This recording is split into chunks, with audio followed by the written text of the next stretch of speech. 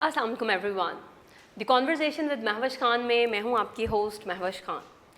آج جو پرسنالٹی ہمارے ساتھ اسٹوڈیوز میں موجود ہیں یہ آرٹ کلچر اینڈ تھیٹر کا ایک بہت ہی کریڈیبل نام ہے. کشمیر میں ان کی پیدائش ہوئی, پاکستان ٹیلی ویژن کے پروگرام ڈائریکٹر رہے, جنرل مینیجر اور ڈپٹی ایم ڈی کے طور پہ بھی سرو کرتے رہے. انہیں 2010 میں پرائڈ آف پرفارمنس سے بھی نوازا گیا.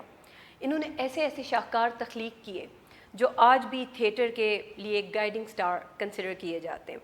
ان کے چند ایک تخلیقات میں سے میں آپ کو کچھ ڈراماز مینشن کر دیتی ہوں جن میں اڑان, جنجال پورا, بلا, توبہ ٹیک سنگھ, زرد دوپہر بہت ہی مقبول تحریریں تھیں اور بہت مقبول ڈراماز رہے. انہوں نے کرٹیکلی ایکلیمڈ فلم منٹو بھی تحریر کی جو ان کا ایک بہت ہی بڑا شاہکار کنسیڈر کیا جاتا ہے. لیکن ان کی ذات کا ایک اور بھی پہلو ہے. یہ ایک بہت ہی ریناؤنڈ ہیومن ایکٹیوسٹ بھی ہیں. جنرل ضیاء کے دور میں یہ 3 بار جیل بھی کاٹ چکے ہیں اور اس کے علاوہ ان کو بھٹو صاحب کی ہمسائیگی بھی حاصل رہی. شاید یہی وجہ تھی کہ جیل کاٹنی پڑ گئی. اجوکا تھیٹر کے ایگزیکٹو ڈائریکٹر ایمنسٹی انٹرنیشنل میں, Hong Kong, you S A and you کے میں سرو کرتے رہے. ہمارے ساتھ موجود ہیں شاہد محمود ندیم صاحب. Thank you so much sir for being in to my show. My pleasure. Sir سب سے پہلے تو میں آپ ہی کے ایک ڈرامے سے اپنے کویشچن کا آغاز کرتی ہوں. 1995 میں آپ نے پی ٹی وی کے لیے ایک ڈرامہ زرد دوپہر تحریر کیا. وہ بہت مقبول ڈرامہ تھا, بہت مقبول تحریر تھی. اس وقت کے کرپٹ سیاستدانوں کے گرد اس کی کہانی گھومتی تھی. آج سر 29 سال ہو چکے ہیں, ریاستی مشینری اتنی ہی کرپٹ ہے, بلکہ الحمدللہ ہم اس وقت اپنی کرپشن کے عروج پر ہیں. لیکن زباں بندی کا دور ہے سر, تحریریں بھی چاہیے, تھیٹر بھی چاہیے. تو کیا آپ کا قلم خاموش ہو گیا یا ابھی بھی آپ کچھ کرپٹ سیاستدانوں پہ لکھ رہے ہیں؟ دیکھیں جی, کرپشن تو آل پرویسو ہے, وہ صرف سیاستدانوں میں نہیں ہے. وہ جو ہماری سو کالڈ اسٹیبلشمنٹ ہے اس کے سب طبقوں میں بھی ہے. پھر جو ہماری ایک کلاسز ہیں جو ایک زیادہ ایفلوئنٹ کلاسز ہیں ان کے اندر بھی ہے, ہمارے میڈیا میں بھی ہے, ہمارے انٹلیکچوئلز میں بھی ہے. سو کرپشن تو ایک کینسر ہے جو کہ پھیلا ہوا ہے اس وقت ہمارے پورے جسم میں. لیکن جہاں تک ایک رائٹر, ڈرامہ نگار یا ایک تھیٹر پریکٹیشنر کے طور پر میں دیکھتا ہوں تو اس کو کہتے ہیں کہ bad times are good times for theatre, کیونکہ آپ کا قلم جو ہے اس کو پھر نئی راہیں تلاش کرنی پڑتی ہیں. اگر پابندیاں ہیں, سینسرشپ ہے, وائلنس کے تھریٹس ہیں, تو آپ کو پھر ایسے رستے نکالنے پڑتے ہیں جس سے آپ اپنی بات پہنچا بھی دیتے ہیں اور اگلے پرفارمنس یا اگلے ڈرامے کے لیے موجود بھی رہتے ہیں. آپ نے زرد دوپہر کا حوالہ دیا تو بعض لوگوں اس کا ایک ٹریک تھا جو ایک کرپٹ پولیٹیشین کے بارے میں تھا, جو پہلے ایک کرپٹ بزنس مین ہے, ٹریڈر ہے, اور بعد میں پولیٹیشین بنتا ہے اور پیسے کے زور پہ اور اپنی جو تعلقات ہیں ان کے زور پہ وہ پھر رائز کرتا ہے. تو لوگوں نے اس کو ایک خاص ہمارے بڑے ایک نامور سیاستدان سے منسوب کیا. دلچسپ بات یہ ہے کہ جس سیاستدان سے منسوب کیا جو کہ اس وقت وزیر اعظم تھے, زرد دوپہر انہی کے زمانے میں پی ٹی وی کی جنرل مینیجرز کمیٹی نے اور جو ان کی اتھارٹیز ہیں انہوں نے اپروو کیا, اور اس کا پائلٹ جو ہے پہلا پروگرام اسی زمانے میں چلا. اس لیے کہ ہم نے اس میں پروپیگنڈا یا ایک ڈائریکٹلی کروڈلی ٹارگیٹڈ کیریکٹرز نہیں رکھے تھے, بلکہ ہم نے اس میں ایک ہیومن انٹرسٹ کی سٹوریز بھی رکھی تھی, ڈرامہ بھی رکھا تھا. اس میں وکیل تھے, ان میں بھی اس طرح کی کرپٹ اور دانشمند اور دیانتدار وکیل موجود تھے. اس میں پولیس آفیسرز بھی تھے دونوں طرح کے, اور اس میں کچھ ایشوز تھے ویمن ایمپاورمنٹ کے یا وائلنس اگینسٹ ویمن, یا ایک لیگل سسٹم میں جو ڈیتھ پینلٹی ہے جیسے اس کا کیا نقصان ہوتا ہے کہ ایک ایسی یہ ایک سزا ہے جو irreversible ہے. اگر آپ کو بعد میں 15-20 سال بعد پتہ چلے کہ وہ غلط سزا دی تھی تو آپ اس کا کچھ نہیں کر سکتے. تو میرا خیال ہے کہ یہ اگر وقت برا ہے تو تھیٹر یا لٹریچر اچھا ہوتا ہے. ویری ویل سیٹ سر, بالکل صحیح کہا, اگر وقت برا ہے تو تھیٹر اچھا ہوتا ہے. آپ کا سر موسٹ ریسنٹ جو کا تھیٹر میں جو آیا کام وہ سائرہ مائرہ تھا, جو کہ آپ نے میرے خیال سے آسمہ جہانگیر صاحبہ مرحومہ کو ٹریبیوٹ دیا تھا. 2 لڑکیوں کی کہانی تھی, ایک پشاور سے آتی ہیں اور ایک لاہور کا کردار آپ نے اس میں دکھایا. اس میں جو مدر کا رول تھا وہ بڑا ان کنونشنل آپ نے دکھایا. تو جس وقت آپ اتنا غیر روایتی سا ماں کا کردار لکھ رہے تھے تو کیا تھاٹس تھیں, کیا انسپریشن تھی آپ کے سامنے؟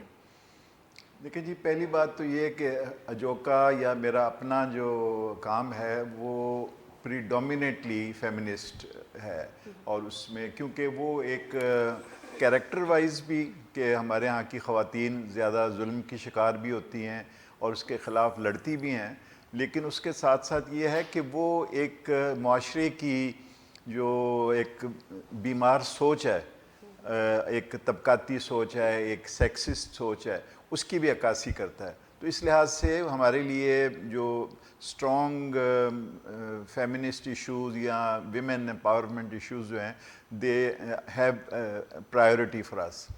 تو یہ جو ڈرامہ جس کا آپ نے ذکر کیا سائرہ اور مائرہ, یہ بیس تھا آسمہ جہانگیر نے کچھ بڑے ہائی پروفائل کیسز لیے تھے, تو ان میں سے میں نے یہ سلیکٹ کیا تھا. It was kind of a tribute to Asma Jahangir, جو پہلی ان کی کانفرنس ہوئی تھی آسمہ جہانگیر کانفرنس, اس میں ہم نے یہ پیش کیا تھا. اس میں ایک کردار تھا جو اپنی مرضی سے شادی کرنا چاہتی ہے اور اس کے والدین جو ہیں اس کے خلاف عدالت میں کیس کر دیتے ہیں, زنا بالجبر کا کیس کر دیتے ہیں اس کے اپنے ہسبینڈ کے حوالے سے, based on a true story. ایک دوسری لڑکی ہے وہ طلاق لینا چاہتی ہے اپنے خاوند سے اور اس کو طلاق نہیں لینے دیتے اس کے اپنے پیرنٹس. تو یہ ان کی کہانی تھی, لیکن اس میں اب 2 طرح کی مائیں تھیں. ایک ہے جو یہ ویل نون کیس ہے سمیہ سرور کا, جو وہاں کے پشاور سے جن کا تعلق تھا اور بڑے وہاں کے نامور لوگ تھے, ماں ڈاکٹر تھی, باپ چیمبر کا صدر تھا. تو ان کا تھا کہ انہوں نے یہاں آ کے اپنی بیٹی کو قتل میں شرکت کی, ادھر حنا جیلانی کے دفتر میں دھوکے سے وہ ساتھ لے کے آئیں, ایک جو مرڈرر تھا, اور پوائنٹ بلینک اپنی بیٹی کا قتل کیا. ایک تو ہوتا ہے نا کہ قتل ہوتے ہوئے دیکھنا یا کچھ نہ کر سکنا, وہ ایکٹیولی پارٹیسپیٹ کیا اس پلاننگ کا حصہ. جی. تو دوسری طرف ایک اور خاتون تھی آسمہ جہانگیر, ان کا کردار تھا جو بلڈ ریلیشنز تو نہیں تھی, لیکن ان دونوں لڑکیوں سائرہ اور مائرہ ان کے لیے وہ ایک ڈھال بن کے کھڑی تھی اور ان کے لیے لڑ رہی تھی. تو سوال یہ تھا کہ اصل ماں کون ہے, یہ آسمہ جہانگیر جیسی خواتین جو ان کو اپنے پروں کے نیچے پناہ دیتی ہیں مظلوم لڑکیوں کو, اور یا وہ ماں جس نے کہ قتل میں شرکت کی. تو یہ جو ماں کا کردار ہے میرے لیے بہت ہی disturbing but very significant in dramatic way, کہ یہ کیسے ایک ماں جو ایک آرکیٹائپل امیج ہے پیار کا, محبت کا, سیلف لیسنس کا, تو ماں کے آگے تو کچھ بھی نہیں ہے, خدا کے بعد ماں ہی ہے جس کو کہ پوجا جا سکتا ہے, اس کے پاؤں میں جنت ہے. تو کیسے وہ اس کا حصہ بنی اس اسکیم کا. تو ایک تو میں نے دکھایا کہ یہ آپ اپیرنس پہ نہ جائیں, ایک ماں بھی ایک جو مردانہ معاشرہ ہے, جو ایک میل ڈومینیٹڈ معاشرہ اور اس کی ویلیوز ہیں, اس کا حصہ بن سکتی ہے. وہ انکارپوریٹ کر لیتی ہے وہ ساری ویلیوز, یا مجبور ہو جاتی ہے ساتھ دینے کے لیے اپنی دوسری بیٹی کے لیے یا اپنی اس کے لیے سروائیول کے لیے. تو وہ میں نے اس کو ایک ایکسپلور کرنے کی کوشش کی تھی, اور یہ دکھایا تھا کہ یہ جو ماں جو ہے ضروری نہیں کہ جس نے پیدا کیا ہو وہ وہی ماں ہو, اور دوسرا یہ کہ معاشرہ جو ہے وہ ایون ماں جیسے رشتے کو بھی وہ ملیا میٹ کر دیتا ہے. So true, very thought provoking sir, very well said. Basically جو ماں کا اصل کردار ہے وہ واقعی ہی ایک ممتا سے بھرا ہوا ہوتا ہے, تو اگر وہ وہی نہیں کرتا تو یہ بڑا آپ نے تھاٹ پرووکنگ ایشو جو ہے وہ ریز کیا معاشرے کے اندر. سر آپ نے اپنے ایک پروگرام میں ایک جگہ پہ تھیٹر اور پرفارمنس کو انفرادی ٹالرنس سے ریلیٹ کیا, میں اس کو ہائیلی سیکنڈ کروں گی. ہم اس معاشرے میں رہتے ہیں جہاں پہ ہم نے پڑھے لکھے لوگوں کی لڑائیاں دیکھی, ہم نے وکلا کی لڑائی دیکھی ڈاکٹرز کے ساتھ. وکلا بھی پڑھا لکھا طبقہ ہے, ڈاکٹرز بھی ایجوکیٹڈ لوگ ہیں. یہ وہ لوگ نہیں ہیں جنہیں ہم کہیں کہ کوئی الٹریٹ ہیں یا جہالت ہے, کچھ نہیں, پڑھے لکھے لوگ ہیں, وچ مینس کہ نہایت انٹالرنٹ ہے. ہم سگنل پہ جا کے کھڑے ہوتے ہیں تو ہمیں ہر 15 منٹ بعد کہیں نہ کہیں ایبیوزنگ سنائی دیتی ہے, گالی گلوچ. وہ ایک چھوٹا سا سگنل کا مسئلہ جو ہم ایک مسکراہٹ, ایک ہاتھ کے اشارے سے ختم کر سکتے ہیں, ہم اس کو بڑھا دیتے ہیں. پھر یہ جو آپ نے ماں کا بھی ذکر کیا, ہماری مائیں بھی انسان نہیں پیدا کر رہی. ہماری مائیں, میرا ببر شیر, میرا چیتا, ہم جنگلی جانور پیدا کر رہے ہیں, اور ببر شیر چیتا پیدا کر رہے ہیں, مطلب کوئی عام بھی نہیں, بلی بھی نہیں پیدا کر رہے. تو وہی جنگلی اور ایک اینیمل ٹریٹس کو ہم پرووک کر دیتے ہیں بچے کے اندر رائٹ فرام دا بگننگ. ایک ایسا شیر جس کے ایک ہاتھ میں بلہ ہے اور دوسرے ہاتھ میں تیر ہے. تیر ہے. اور یہ تو چلے سر غیر سیاسی بات ہوگی, لیکن اگر آپ دیکھیں کہ چھوٹا سا بچہ جس میں ہم اس طرح کی جانوروں والی خصوصیات دیکھنا چاہتے ہیں, courage is something else. Courage یہی چیز ہوتی ہے کہ آپ کتنے ٹالرنٹ ہیں, آپ کتنا برداشت کرتے ہیں. اب جب آپ تھیٹر اور پرفارمنس میں یہی 18ویں گریڈ کے آفیسر جو اپنی چھتری نہیں پکڑ سکتے, جب وہ کبھی کسی فقیر کا کردار ادا کر چکے ہوتے ہیں یا انہوں نے کسی پاگل کا کردار ادا کیا ہے, تو وہ امپیتھائز کرتے ہیں. آپ کو نہیں لگتا کہ یہ تھیٹر, پرفارمنگ آرٹ کو ہمارے کریکولم کا حصہ ہونا چاہیے؟ بالکل جی, ساری دنیا میں ہوتا ہے اور ہماری زندگی کا حصہ ہے. ہماری جو بچوں کی ابتدائی جو پرورش ہوتی ہے اس کا حصہ ہے, رہا ہے ٹریڈیشنلی ہزاروں سالوں سے, جس میں میوزک بھی ہے, ڈانس بھی ہے, اور ڈرامہ بھی ہے, اور رول پلے بھی ہے, اور پھر سائیکو تھیریپی جو ہے اس کے اندر اس کا بڑا ایک امپورٹنٹ رول ہے, جو بھی ایک ڈرمیٹک رول پلینگ یا کیتھارسس ہوتا ہے, جس میں پھر آپ اپنے اندر کے فیئرز اور اندر کا غصہ یا اندر کی جو دبی ہوئی یادیں ہیں ان کو باہر نکال سکتے ہیں. تو تھیٹر جو ہے وہ محض اسٹیج پہ پرفارم کرنے والی چیز نہیں ہے. اس میں آپ کو ایک تو تھیٹر پہ بھی پرفارم کریں تو actors have to interact as a group, تو ایک گروپ کمیونٹی ڈیولپ ہوتی ہے جس میں آپ ایک دوسرے کے ساتھ کوآرڈینیٹ کرتے ہیں. پھر آڈینس کے ساتھ اس کا انٹریکشن ہوتا ہے, تو لائیو آڈینس ہوتی ہے, وہ اس کا انٹریکشن جو ہے وہ دیٹ از ویری میننگ فل. پھر آپ باہر چلے جائیں تو جیسے اب ہماری تھیٹر کی ٹریننگ کی کلاسز ہوتی ہیں اجوکا انسٹیٹیوٹ میں, تو اس میں ہم ان کو سکھاتے ہیں کیسے کنڈکٹ کرنا ہے اپنے آپ کو, کیسے آپ کی کمیونیکیشن کیسے کرنی ہے, ایموشنز کو کیسے ایکسپریس کرنا ہے. ابھی آج کل ہماری بچوں کی کلاسز چل رہی ہیں, تو 7, 8, 9 سال کے بچے ہیں, تو وہ ان کے ماں باپ آ کے کہتے ہیں کہ یہ تو اسٹیمر کرتا تھا تو اب تو یہ بڑا تیز ہو گیا ہے, یا بہت کانفیڈنٹلی بات کرنے لگا ہے. تو theatre can really enable you to be a better person in society. اچھا سر, آپ نے 1995 میں ایک بہت پاپولر ڈرامہ رائٹ کیا, اڑان, جس کا فوکس پی آئی اے کی مینجمنٹ اور ان کا کلچر تھا. ابھی اس وقت پی آئی اے جو ہے وہ تباہی کے دہانے پہ کھڑی ہے, تو کوئی سیکول آ رہا ہے اڑان کا؟ جی اب تو میرا خیال ہے کہ ڈاؤن فال ہی ہے اس کا, اب اڑان نہیں, ہاں نوز ڈائیو اس کا نام ہو سکتا ہے. تو وہ ایک بڑا انٹرسٹنگ ایکسپیرینس تھا, اچھا وقت تھا. اس میں پی آئی اے کے حالات بھی کچھ بہتر تھے اور حکومت بھی ایک پروگریسو تھی, لیکن اس میں اہم بات یہ تھی کہ ہم نے اس کو اس طرح سے پلان کیا تھا کہ نہ پی آئی اے کو کوئی ایکسٹرا خرچہ کرنا پڑا, نہ ہمیں. انہوں نے ہمیں اڑان دی, ہم نے ان کو ڈرامہ دیا, ڈرامے کے ایکٹرز دیے.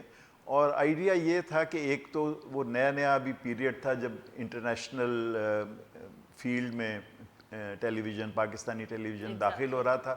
تو یہ کوئی 5 براعظمز میں جا کے شوٹ ہوا, اور وہ زیادہ اس میں ایشو تھا یہ جو مائیگریشن ہے اور جو ایک ایکسپلوریشن ہے of new society, new culture, کہ ہم اپنے ملک سے نکلنا چاہتے ہیں تو پھر باہر جاتے ہیں تو دنیا ہمیں کیسے ریسیو کرتی ہے, اور اس میں کیا ہیومن ٹریجڈیز یا سٹوریز انفولڈ ہوتی ہیں.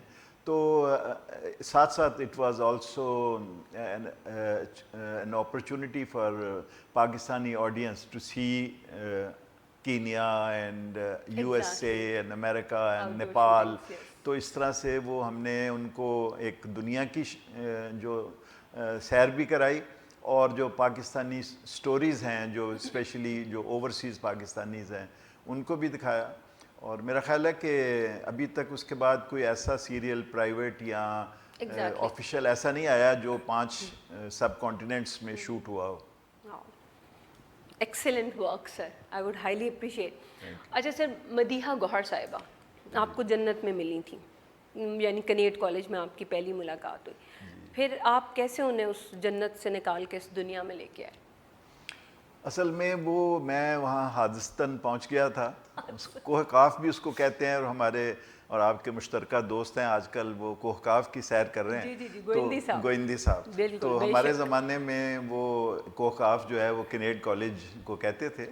تو اس میں مجھے پتہ چلا کہ ایک فیسٹیول ہو رہا ہے, اور اس میں اگر آپ ڈرامہ بنائیں گے, پنجاب یونیورسٹی میں پڑھ رہا تھا, تو پھر آپ وہاں جا کے پرفارم بھی کر سکتے ہیں. ظاہر ہے پرفارم کریں گے تو آپ کو کوہ کاف کی پریوں کا دیدار بھی نصیب ہوگا. تو وہ بہت ایک مسٹری تھی. تو میرے ایک دوست تھے, یہ نون میم راشد کے بیٹے تھے, former ambassador late Shahryar Rashid. تو ہمارے کلاس فیلو تھے. انہوں نے کہا کہ دیکھنا ہے اندر سے تو کنیڈ کو, تو پھر ڈرامہ لکھ دو. تو میں نے ڈرامہ لکھ دیا. تو وہ ڈرامہ پھر وہاں کیا, تو وہاں پر جو ایک پری جو تھی وہ میری اس سے ملاقات نہیں ہوئی, لیکن اس نے وہ ڈرامہ دیکھا اور بہت پسند کیا. پھر کئی سال بعد لندن میں اس سے دوبارہ ملاقات ہوئی, تو انہوں نے کہا کہ آپ وہی ہیں جنہوں نے وہ ڈرامہ لکھا تھا کنیڈ میں. تو میں نے کہا ہاں. تو انہوں نے کہا آپ کہاں گم ہو گئے ہیں, آپ نے پھر ڈرامے نہیں کوئی لکھے؟ تو میں نے کہا کوئی کرنے والا ہو تو میں لکھنے کے لیے تیار ہوں. تب میں لندن میں تھا, ایگزائل تھا, اور وہاں ایمنسٹی انٹرنیشنل میں کام کر رہا تھا. پھر وہ واپس آ گئیں اور میں وہاں ایگزائل سے ڈرامے لکھنے شروع کیے اور بھیجنے شروع کیے لاہور, اور وہاں انہوں نے پرفارم کرنا شروع کیا. پھر وہ رشتہ جو ہے وہ اتنا مضبوط ہوا کہ میں سب چھوڑ چھاڑ کے پاکستان واپس آ گیا, اور rest is history. Wow sir, what a lovely fairy tale I would say. Sir Bhutto صاحب کو آپ نے اپنے ایک آرٹیکل میں ریگستان کا پھول کہا ہے. وڈ آف ڈیفینیٹلی سندھ کے صحرا سے نکل کے انہوں نے سیاست میں پارٹ لیا. تو سر آج اتنے سالوں بعد آپ کو یہ ہمارا جو وطن عزیز کی زرخیز مٹی ہے, اس میں آپ کو کوئی اور پھول نظر آیا؟ دیکھیے جی, that was my very first article as a student. ریگستان کا پھول قندیل ایک نکلتا تھا یہاں لاہور سے, میگزین اس میں چھپا تھا. اور وہ ہم نوجوان تھے اور کافی انقلابی اپنے آپ کو سمجھتے تھے, دنیا بدلنا چاہتے تھے. تو ہمیں لگا کہ بھٹو صاحب جو ہے یہ اس پروسیس کو لیڈ کر سکتے ہیں. تو ہماری ان سے ایک مطلب ایڈمیریشن کا رشتہ قائم ہوا.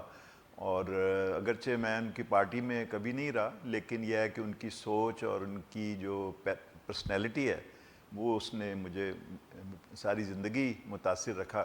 ٹو دا ایکسٹینٹ کہ جب میں جنرل ضیاء الحق کے زمانے میں جیل میں تھا, کوٹ لکھپت جیل میں, تو ہمارے برابر میں بھٹو صاحب رہتے تھے وہاں جب ان کا ہائی کورٹ میں کیس چل رہا تھا. تو ہماری ایک indirect communication through the assistant superintendent اور تھرو دا قیدی جو مشقتی جس کو کہتے ہیں, جو ان کے ساتھ کام کرتا رہتا تھا, دن میں کھانا وانا چائے وائے بناتا تھا, اور شام کو وہ ہماری بیرک میں آ کے سوتا تھا. تو اس سے ہمیں قصے بھی پتہ چلتے تھے اور ہمارے میسیجنگ بھی ہوتی تھی. تو وہ تو خیر ایک ٹاورنگ پرسنالٹی تھی, as a politician, as a philosopher, as a charismatic human being. اور جتنی ان کی نظر تھی دنیا کی پالیٹکس پہ, اور جو ان کے اندر ایک پیشن تھا پاکستان کی حالت کو بدلنے کا, تو وہ تو ایک بہت ہی ایکسٹراڈنری شخصیت تھی. تو اب تو زیادہ تر کانٹے ہیں, اور وہ سمجھ لیں کہ یہ پگمیز ہیں چاہے کسی بھی پارٹی میں ہوں, جبکہ ہی واز اے جائنٹ. اور وہ ایک اور ٹریڈیشن تھی, اس میں مولانا باشانی اور خان عبد الولی خان اور پھر قائد اعظم تک چلے جائیں جو ان کے ساتھی تھے. تو وہ ایک اور طرح کے پولیٹیشنز تھے, چاہے وہ آپ ان سے ایگری کریں یا نہ کریں. سر قطع کلامی معاف, تو یہ سمجھا جائے کہ پھر اس کے بعد اب یہ زمین بنجر ہے, کوئی پھول نہیں ہے دوبارہ؟ بالکل وہ میرا خیال ہے دوبارہ گوڈی کرنی پڑے گی, کچھ بیج ڈالنے پڑیں گے. پوٹینشیل از آلویز دیئر, لیکن ہمارا سسٹم ایسا بن گیا ہے کہ وہ آگے نہیں آنے دیتا کسی مڈل کلاس یا ورکنگ کلاس کے لوگوں کو ایک پولیٹیکل سفیئر میں, اور وہ شروع سے ہی ان کی برین واشنگ اب شروع ہو جاتی ہے, چاہے وہ نظریاتی ہو چاہے وہ مذہبی ہو. اور ایک اسٹریٹ جیکٹ کا سسٹم ہے جس میں آپ کو سوچنے کی آزادی نہیں ہے, اس میں آپ کچھ تنقید نہیں کر سکتے چاہے وہ عقیدہ ہو یا نظریہ ہو. تو اس میں اتنی رکاوٹیں آ گئی ہیں کہ اگر کوئی پودا نکلتا بھی ہے تو اس کو شروع میں ہی ختم کر دیا جاتا ہے. لیکن نکلتے ہیں, جیسے پانی اپنا رستہ بنا لیتا ہے, تو تاریخ میں میرا خیال ہے عوام بھی اپنا رستہ بنائیں گے, اور مجھے امید ہے کہ اور نکلیں گے عشاق کے قافلے. انشاءاللہ سر. سر سعادت حسن منٹو صاحب, 2012 میں آپ نے کون ہے یہ گستاخ تحریر کیا, جو کہ اجوکا تھیٹر گروپ نے ہی اس کو پرفارم کیا. پھر 2013 میں اس کو دہلی میں بھی آشکارا تھیٹر میں پرفارم کیا گیا. پھر آپ نے ایک بہت ہی فیمس کرٹیکلی ایکلیمڈ فلم منٹو بھی تحریر کی, کافی آپ نے ان پہ لکھا. تو اس کی کوئی خاص وجہ, آپ کو خاص انسپریشن ہے منٹو صاحب سے, یا کیا ریزن ہے؟ یقین ہے ہمارے دو سورسز آف انسپریشن تھے. ایک بلے شاہ جو ایک صوفیانہ ایک ریڈیکلزم تھا, جو اپنے زمانے کے جو اوپریسرز تھے ان کو چیلنج کرتا تھا اور کھل کے بات کہتا تھا, منہ آئی بات نہ رہندی ہے. اور ایک یہ سعادت حسن منٹو ان اے ویری ڈفرینٹ وے, یہ بھی ایک درویش تھا اور یہ بھی سچی بات کھری بات کرتا تھا اپنے ایک انداز میں, افسانے کے انداز میں یا ڈرامے کے انداز میں. تو یہ جو شرفاء کی جو بڑی بڑی کلے اور پگڑیاں جو ہوتی ہیں اور داڑیاں بڑی بڑی جو ان کے پارسائی کا ایک سو کالڈ ثبوت ہوتی ہیں, تو یہ اس میں مزہ آتا تھا. اس کا خود اس نے اپنے بارے میں ایک جگہ لکھا ہے اپنے آپ کو چارج شیٹ کرتے ہوئے کہ یہ کمبخت کیچڑ میں جاتا ہے اور وہاں سے ہیرے نکال لاتا ہے. تو یہ, اور جو سفید کپڑوں والوں پہ کیچڑ پھینکنے میں اس کو بڑا مزہ آتا ہے. تو یہ ہم بھی کچھ اسی طرح کے ہماری بھی خواہشات تھیں کہ جو سو کالڈ جو ایک سفید لباس پہنے ہوئے اور پارسائی کا دعویٰ کرنے والے جو منافق ہیں اور جو ایکسپلائٹرز ہیں ان کو ایکسپوز کیا جائے. تو ہمارے لیے یہ ایک سورس آف انسپریشن تھا کہ اس نے سچ بولا اور اس کے بعد ببانگ دہل بولا اور کریٹیو انداز میں بولا, ایک تخلیقی ادب کے ذریعے بولا, اور اس کی پھر جو اس کا نقصان تھا یا اس کا جو رد عمل تھا اس کو بھی برداشت کیا.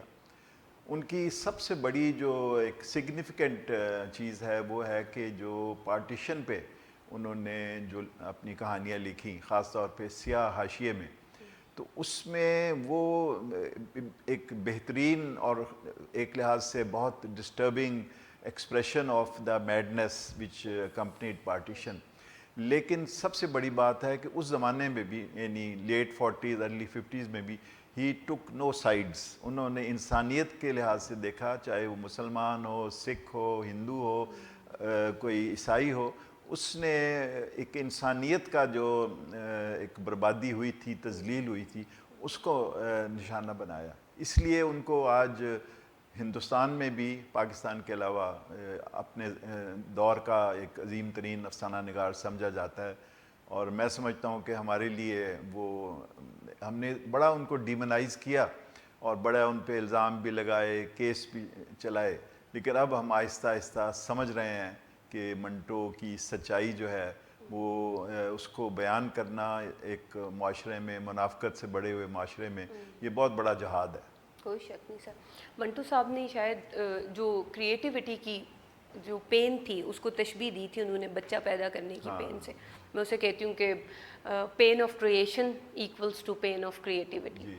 تو آپ کو بھی اس پین آف کریٹیوٹی سے گزرنا پڑا. ہاں, یہ منٹو نے احمد ندیم قاسمی سے گفتگو میں کی تھی, کیونکہ احمد ندیم قاسمی بڑے ترقی پسند رائٹر تھے اور وہ لکھتے تھے کسانوں کے بارے میں اور کسان عورتوں کے بارے میں. تو وہاں پر ایک منٹو کا ان سے ڈائلاگ ہوا تھا جس میں انہوں نے کہا تھا کہ کریٹیو جو پین ہے, جو پینگز آف کریٹیوٹی ہیں, دے آر لائک لیبر پینز, کیونکہ آپ کو وہ برداشت کرنا پڑتا ہے.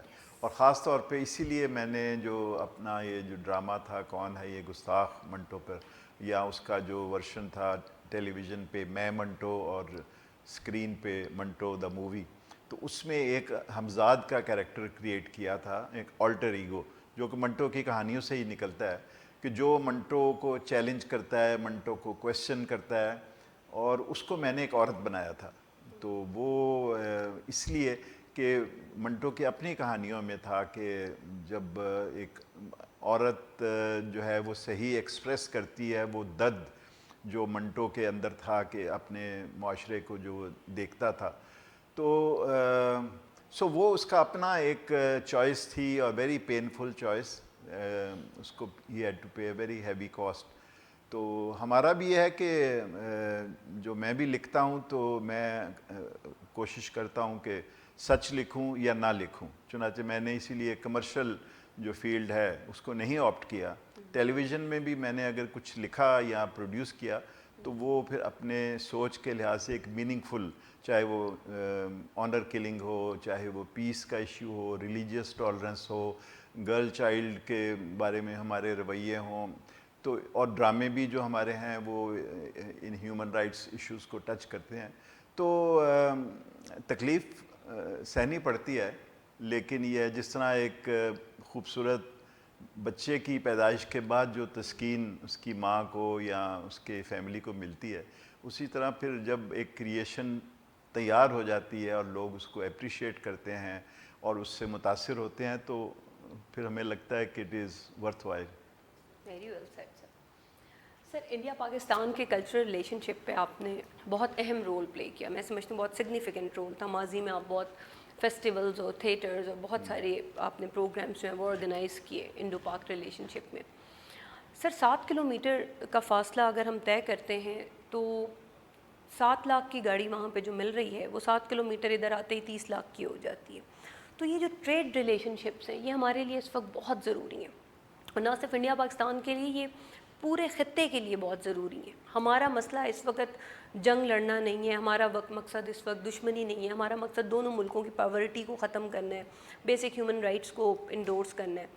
سر اس میں ماضی میں تو آپ نے بہت کام کیا, آج کل کیا آپ اس کے اوپر کر رہے ہیں؟ دیکھیں جی, جیسے کہتے ہیں نا کہ ہمسائے چنے نہیں جا سکتے, ہمسائے تو ایک ان بورن ہوتے ہیں کہ آپ ان کے ساتھ پیدا ہوتے ہیں, فیملی اور ہمسائے. تو ان پولیٹیکل ٹرمز میں سمجھتا ہوں کہ ہم ایک ہی سب کانٹیننٹ کا حصہ ہیں, ہماری ہسٹری ایک ہے, ہمارا کلچر, ہماری زبان, ہماری ایمبیشنز, ہماری عادتیں, ایون ہمارے کھانا, ہماری کھیل. تو اتنا ایک ہزاروں سال پرانی تہذیب کے ہم امین ہیں. تو اگر بارڈر بن بھی گئے اور الگ ملک بن بھی گئے تو اس کا یہ مطلب نہیں ہے کہ آپ وہ ہزاروں سال کا ورثہ جو ہے اس کو سرنڈر کر دیں یا ابینڈن کر دیں اور ایک ایسی جنگ میں مبتلا ہو جائیں کہ آپ کی پوری اکانومی اور آپ کی پورا نظریہ جو ہے, جو سارا انڈرسٹینڈنگ آف ہسٹری اور your education, every thing is destroyed. تو یہ ہم شروع سے اب 40 سال ہو گئے ہیں, اور اس سے پہلے بھی پیس اور specially peaceful relations with our Indian counterparts, that has been a major priority for us. اس میں پھر ہم نے مل کے ڈرامے بھی کیے, پھر ہم نے ٹور کیا امرتسر سے لے کے کلکتہ اور سری نگر سے لے کے کنیا کماری تک ہم نے اجوکا نے پرفارم کیا. فیسٹیولز, ہمسایہ فیسٹیول, پنج پانی فیسٹیول, زنانی فیسٹیول, یہ سارے ہم نے کیے. تو ایک بہت ایک ہمارا ایکسائٹنگ پارٹنرشپ رہی ہمارے انڈین کاؤنٹر پارٹس کے ساتھ. ابھی کچھ 7-8 سال سے وہ اس کے رستے میں رکاوٹیں آ گئی ہیں پولیٹیکل, اور جو بھی دونوں ملکوں کے اپنے اپنے پولیٹیکل ایجنڈے ہیں, لیکن وی ہیونٹ گیون اپ, اور ہمارا ابھی بھی تعلق ان کے ساتھ ہے. اگر ویزے نہیں ملتے تو ہم آج کل آن لائن اور واٹس ایپ اور